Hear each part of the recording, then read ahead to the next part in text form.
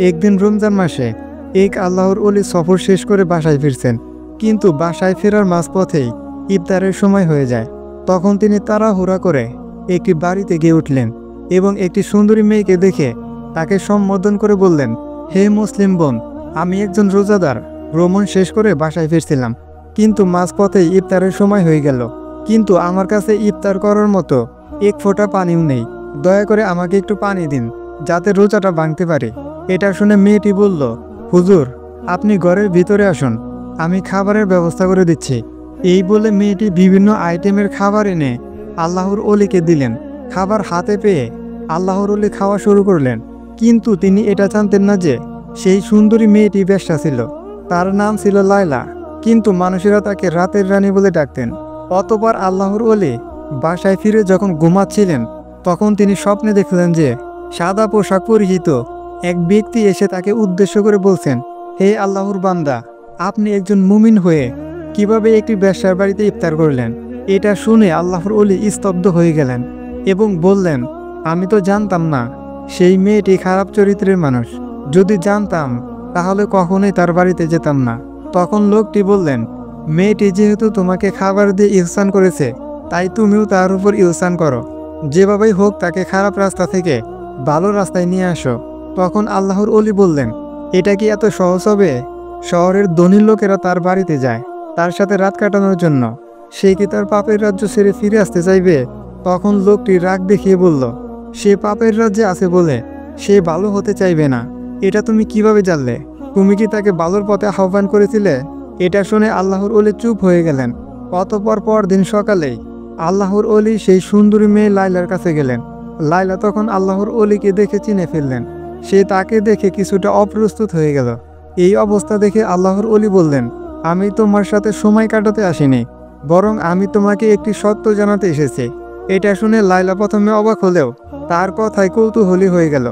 আল্লাহর ওলি তখন আবারও বললেন, আমি একজন সাধারণ মানুষ, এখনো আলোর দিশা খুঁজে বেড়াচ্ছি, আর তুমি এমন একজন মানুষ যে অন্ধকারে থেকেও আলোর পথে ডাক পাচ্ছ।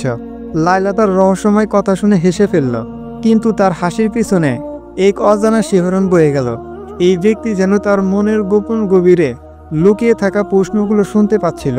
অতঃপর আল্লাহর ওলি এক টুকরো কাগজ লায়লার হাতে দিয়ে চলে গেলেন।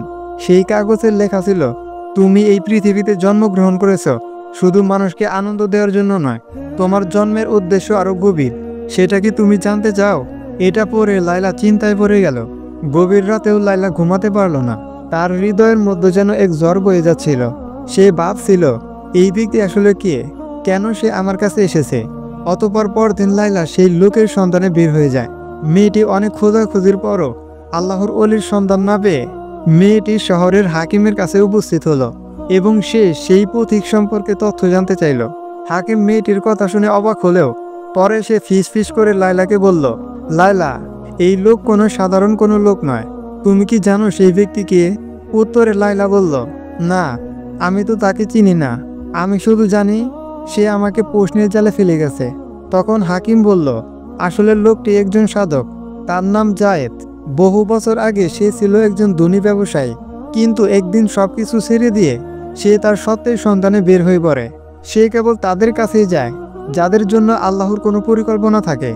এটা শুনে লায়লার হৃদয় কেঁপে উঠল। সে বিশ্বাসই করতে পারছিল না যে তার মতো একজন বেশ্যা নারীর কাছে আল্লাহর একজন ওলি এসেছিল।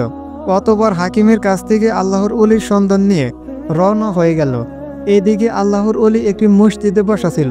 তিনি লায়লাকে আসতে দেখে সীমাহীন খুশি হলেন এবং তিনি কোমল কণ্ঠে বললেন, তুমি এসেছো, তাহলে আমার বিশ্বাস ছিল তুমি আসবে। তখন লায়লা শুকনো গলায় বলল, আপনি আমাকে প্রশ্নগুলোর সামনে দাঁড় করিয়ে কেন দিলেন? এটা শুনে আল্লাহর ওলি হেসে বললেন, কারণ তুমি জানো, তুমি শুধু এক রাতের সৌন্দর্য হওয়ার জন্য জন্মাওনি, বরং আল্লাহ তাআলা তোমাকে সৃষ্টি করেছেন ঘরের রানী হিসাবে। এই কথাগুলো যেন লায়লার হৃদয়কে কাঁপিয়ে তুলল।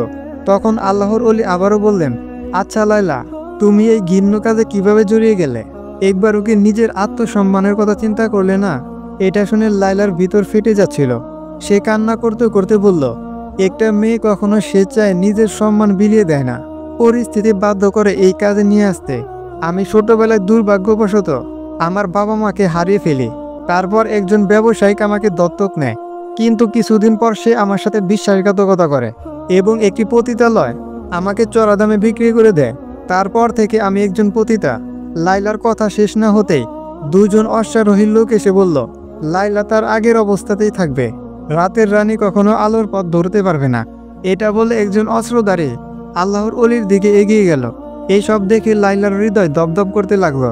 সে কি করবে কিছুতেই বুঝতে পারছিল না। একটা সময় লাইলা কাঁপা কণ্ঠে বলল, এই ব্যক্তিকে তোমরা কিছু বলবে না, তার কোনো দোষ নেই। এখন বলো তোমরা কি চাও। তাদের মধ্যে একজন বলল, তোমার ফিরে আসা দরকার।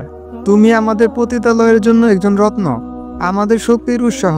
তুমি যদি চলে যাও আমাদের অস্তিত্ব বিপন্ন হবে। এই কথা শুনে লাইলা অনেক কষ্ট পেল। নিজেকে একটা পরাধীন ব্যবসার পণ্য হিসাবে মনে হচ্ছিল। তখন আল্লাহর অলি বললেন, লাইলা, একজন মানুষের সত্যিকারের মূল্য তার অন্তরে লুকানো থাকে। তুমি যদি মুক্তি চাও তাহলে তোমার এখনই সিদ্ধান্ত নিতে হবে। তখন লাইলা গভীরভাবে শ্বাস নিল এবং শান্ত গলায় বলল, আমি আর সেই জীবনে ফিরে যেতে চাই না। এই কথা শুনতেই একজন লাইলার দিকে ঝাঁপিয়ে পড়ল, কিন্তু তার আগেই আল্লাহর অলির সামনে এসে দাঁড়িয়ে গেলেন। তখন অস্ত্রধারী আল্লাহর অলিকে ধাক্কা দিয়ে মাটিতে ফেলে দেয়। এই ঘটনা দেখে লাইলা চিৎকার করে উঠল এবং পাশে থেকে একটি পাথর নিয়ে সজোরে তাদের মাথায় আঘাত করে তাড়াতাড়ি লাইলা এবং আল্লাহর অলি সেখান থেকে পালাতে শুরু করলো। তারা খুব দ্রুত গতিতে দৌড়াচ্ছিল আর পিছনে থেকে শোনা যাচ্ছিল তাদের দাওয়া করার আওয়াজ। কিন্তু লাইলার মনে এখন শুধু একটা চিন্তা, আমি মুক্তি চাই, আমি সত্য চাই। এই পর্যায়ে তারা এক পুরনো বাড়িতে আশ্রয় নিল। আল্লাহর অলি জায়েদের কপাল থেকে রক্ত ঝরছিল, কিন্তু তার চোখে ছিল প্রশান্তি। তখন আল্লাহর অলি নরম গলায় বললেন, লাইলা, তুমি তোমার প্রথম পরীক্ষায় পাশ করেছ। তখন লাইলা হাঁপাতে হাঁপাতে বলল, কিন্তু আমার পথ তো এখনো শুরুই হয়নি, না জানি আরো কি কি পরীক্ষা রয়েছে আমার জন্য। তখন জায়েদ মৃদু হেসে বললেন, এটাই তো আসল কথা, পথিকের যাত্রা কখনো সহজ হয় না। এদিকে অস্ত্রধারীরা শহরের অন্য প্রান্তে আবারও জড়ো হচ্ছিল। তারা জানতো লাইলা পালিয়ে গেছে, কিন্তু তারা এটা জানতো না যে লাইলা আর আগের সেই রাতের রানী নেই। এদিকে পুরনো বাড়িতে লাইলা আর জায়েদ লুকিয়েছিলেন। লাইলার হৃদয় স্পন্দন তখনও দ্রুত চলছিল, কিন্তু তার মনে এক নতুন অনুভূতি কাজ করছিল। এজন্য এক ধরনের সাহস, এক ধরনের মুক্তির স্বাদ পাচ্ছিল। অতঃপর লাইলা জায়েদকে ফিসফিস করে বলল, আমরা এখন কি করব? তখন আল্লাহর অলি ভেবেচিন্তে বললেন, তোমাকে এই শহর ছাড়তে হবে, কিন্তু এই অন্ধকার জগৎ তোমাকে কিছুতে যেতে দিবে না। এটা শুনে লাইলা এক মুহূর্ত চুপ করে থাকলো। অতঃপর বলল, কিন্তু আমি কোথায় যাব? আমার তো এই দুনিয়ায় কেউ নেই। তখন জায়েদ বললেন, আল্লাহর দরবারে যার কেউ নেই সেই সবচেয়ে বেশি শক্তিশালী। আল্লাহর উপর আস্থা হারাবে না। তিনি ওয়াদা দিয়েছেন, কেউ যদি আল্লাহর রাস্তায় যাওয়ার জন্য চেষ্টা করে তখন তিনি অসংখ্য রাস্তা খুলে দিয়ে তাকে সাহায্য করেন। অতঃপর তারা রাতের বেলা শহর ছাড়ার জন্য বের হয়ে গেল। কিন্তু কিছু দূর যাওয়ার পর তারা দেখতে পেল অদূরে এই সীমান্তে অস্ত্রধারীরা পাহারা দিচ্ছে। এই দৃশ্য দেখে লাইলা একটি গভীর শ্বাস নিলেন। তখন আল্লাহর অলি অভয় দিয়ে বললেন, ভয়ের কিছুই নেই। শহরের একটি গোপন সুড়ঙ্গ পথ রয়েছে যা অনেক পুরনো। তার ব্যাপারে কেবলমাত্র কিছু অভিজ্ঞ লোকই জানে। আমরা সেই পথ দিয়েই পালাবো। তুমি অযথা ভয় পাবে না।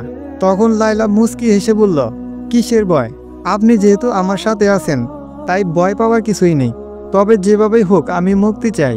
অতঃপর তারা সেই গোপন সুড়ঙ্গ পথ দিয়ে চলতে লাগলেন। কিছুক্ষণ যাওয়ার পর হঠাৎ পিছন থেকে পায়ের শব্দ শোনা গেল। অস্ত্রধারীদের কেউ হয়তো পিছু নিয়েছে। জায়েদ তখন লাইলার দিকে তাকিয়ে বললেন, এবার তোমার উপর নির্ভর করছে। তুমি কি সত্যের পথে এগোবে নাকি আবার অন্ধকারে ফিরে যাবে? তখন লাইলা এক মুহূর্তের জন্য চোখ বন্ধ করে বলল, আমি আলো চাই, আমি অন্ধকারে যেতে চাই না।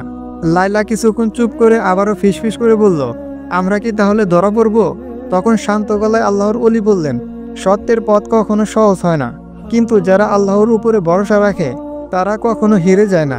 এভাবে চলতে চলতে সুড়ঙ্গ পথের ওই পাশে গিয়ে দেখল সামনে রয়েছে একটি লোহার দরজা, যা কেবলমাত্র বাহির থেকেই খোলা যায়।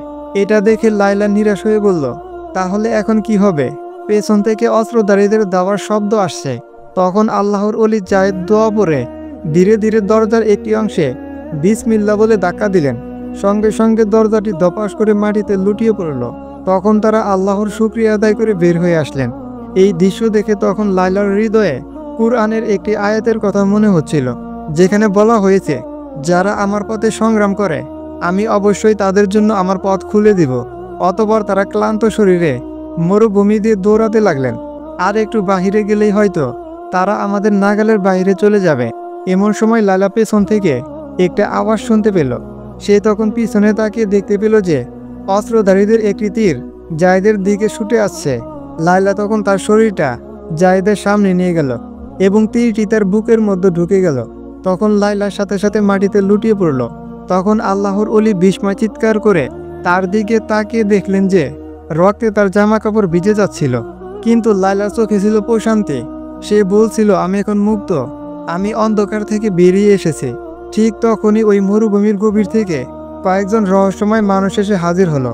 তাদের একজন জায়েদের কাঁধে হাত রেখে বলল, তোমরা সত্যের পথের যাত্রী, তাই আল্লাহ তাআলা আমাদেরকে পাঠিয়েছেন তোমাদেরকে সাহায্য করার জন্য। অতঃপর তারা লায়লাকে একটি উটের পিঠে উঠিয়ে বসিয়ে দিল। তখন জায়েদ বিস্ময় হয়ে তাকিয়ে বললেন, তোমরা কে?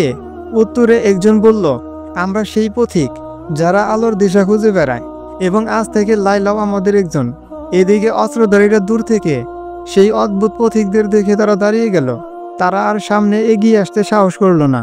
অতঃপর 3 দিন 3 রাত ধরে চলার পর তারা একটি ছোট্ট গ্রামে গিয়ে উপস্থিত হলেন। লায়লা তখন ফিসফিস করে বলল, আমরা এখন কোথায় এসেছি? উত্তরে পথিকদের একজন বলল, এটা হলো আশ্রয়স্থল, সত্য সন্ধানকারীদের জন্য একটি গোপন স্থান।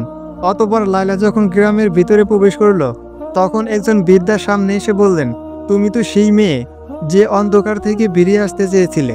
লায়লা তখন মাথা নিচু করে বলল, আমি জানি না আমি কি সত্যিই এই জীবনের যোগ্য কিনা। তখন বৃদ্ধা হেসে বললেন, আল্লাহর রহমত সব পাপের চেয়ে বড়, তুমি শুধু শুরু করো। অতঃপর লায়লা সেখানে নতুনভাবে জীবন শুরু করলো। আল্লাহর বাণী মানুষের কাছ থেকে শেখা আরম্ভ করলো। অতঃপর একদিন জায়েদ তার কাছে গিয়ে বললেন, এখন থেকে তুমি শুধু লায়লা নও, তুমি একজন আল্লাহর নতুন দাসী। এটা শুনে লায়লা দীর্ঘ একটা শ্বাস ফেলল, কিন্তু কোনো কিছুই বলল না। তখন আল্লাহর ওলি বলল, লায়লা, তুমি এখনো কি ভাবছ? তখন লায়লা উত্তর দিল, আমি ভাবছি সত্যিকারের মুক্তি আসলে কি। তখন আল্লাহর ওলি হেসে বললেন, মুক্তি তখনই আসে যখন তুমি তোমার রবকে নিজের থেকেও বেশি ভালোবাসতে শিখবে। এটা শুনে লায়লার চোখ ভিজে গেল এবং বলল, তাহলে কি সত্যি আমি নতুন করে শুরু করতে পারবো? উত্তরে জায়েদ বললেন, অবশ্যই, কারণ আল্লাহ তাআলা যার অন্তরকে খুলে দেন তাকে কেউ বন্ধ করতে পারে না। অতঃপর লায়লা একদিন একটি গাছের নিচে বসে কুরআন পড়ছিল। এমন সময় জায়েদ তার কাছে এসে বললেন, লায়লা, আমরা দীর্ঘ সময় একে অপরের কাছে থেকেছি। তোমার সাথে এই যাত্রা শুরু করা আমার জীবনের অন্যতম শ্রেষ্ঠ সম্মান, কিন্তু এখন আমি তোমাকে একটি প্রশ্ন করতে চাই। লায়লা তখন হেসে বলল, ঠিক আছে, বলুন কি বলতে চান। তখন জায়েদ বললেন, তুমি কি আমার সাথে আল্লাহর পথে এই জীবনের বাকি সময়টুকু কাটাতে চাও? এই কথা শুনে লায়লার চোখে পানি টলমল করতে লাগলো। তার হৃদয়ে এক অদ্ভুত শান্তি অনুভূতি হচ্ছিল এবং সে বলল, আমি অবশ্যই চাই। আমি চাই আল্লাহর এই পথে আমাদের এই পথ চলা অব্যাহত থাকুক এবং আপনি আমার জীবনের অংশ হয়ে যান। তখন জায়েদ মিষ্টি হেসে বললেন, তাহলে আমি তোমাকে আমার জীবনের সঙ্গী হিসেবে গ্রহণ করতে চাই। তুমি কি আমার স্ত্রী হতে চাও? এটা শুনে লায়লা আবেগ আপ্লুত হয়ে পড়ল। কিছুই সে উত্তর দিতে পারছিল না, কিন্তু জায়েদ তার মনের অভিব্যক্তি ঠিকই বুঝে নিলেন। অতঃপর গ্রামের সব মুরব্বীদের উপস্থিতিতে তাদের বিয়ের আয়োজন করা হলো। লায়লা এবং জায়েদ একে অপরকে সসম্মানে বিয়ে করে নিলেন। ফলে আল্লাহর নামে শুরু হলো তাদের নতুন জীবন। প্রিয় দর্শক, আজ এই পর্যন্তই। ভিডিওটি আপনাদের কাছে কেমন লেগেছে কমেন্টে জানাতে বলবেন না। আর ভিডিওটি যদি আপনাদের কাছে ভালো লেগে থাকে তাহলে অবশ্যই ভিডিওটিতে একটি লাইক দিয়ে চ্যানেলটি সাবস্ক্রাইব করে পাশে থাকা বেল আইকনটি প্রেস করে দিন।